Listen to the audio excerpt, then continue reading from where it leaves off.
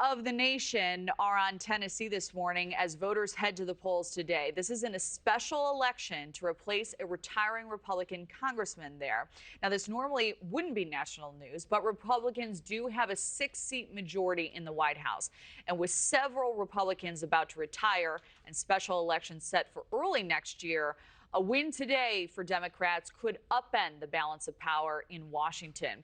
NewsNation's Mills Hayes is in Nashville with the details. So, Mills, the stakes really unusually high for a race that probably should have been a layup for Republicans when you think about it. That's right. Good morning to you, Kelly. The polls did just open, and this district is typically reliably red. President Trump won it by more than 20 percentage points last election, but Democrats are hoping to pull off an upset and show that Americans are not happy with the direction of the White House, even in Trump country. And the candidates, Republican Matt Van Epps and Democratic candidate Aftyn Behn, they are tight and unusually tight in the races so far. Now, both parties have poured millions of dollars into this race, and they've also brought out some of their heavy hitters to try and turn out the vote. President Trump even speaking at a Van Epps rally, trying to really get people fired up. The whole world is watching Tennessee right now, and they're watching your district. The whole world. It's a big vote. It's going to show something, and it's got to show that the Republican Party is stronger than it's ever been. Democrats have heavy hitters on the trail as well. Former presidential nominee and Vice President Kamala Harris rallied for Behn, as did New York Congresswoman Alexandria Ocasio-Cortez, who held a tele-rally with Behn Monday night. Behn's campaign has focused on affordability, saying that she wants to fix roads, fund hospitals, and feed kids. This is a moment where we all have to stand together to return normalcy to government. And in terms of Trump, my biggest issue is that I don't like people who don't fulfill commitments. And this federal administration has not delivered an economic agenda that has addressed the rising cost of groceries, utilities, rent. And Republican candidate Van Epps, he is a combat veteran, and part of his platform is veteran health care as well as border security. Kelly. All right, Mills, thank you for the breakdown. Joining us now, Democratic candidate for Tennessee's 7th District, State Representative Aftyn Behn. Great to see you, Aftyn. Thank you for joining us.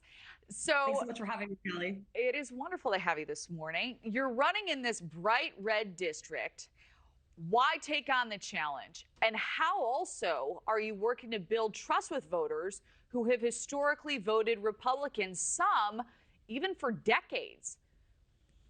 Yeah, the fact we're talking about flipping a deep red district in Tennessee tells you everything you need to know, that this Washington Republican agenda has made life more expensive for Tennessee families who are hurting. And this race is competitive because Tennesseans are fired up. Democrats are fed up, and I'm looking forward to flipping a congressional district in a place where folks thought was impossible tonight.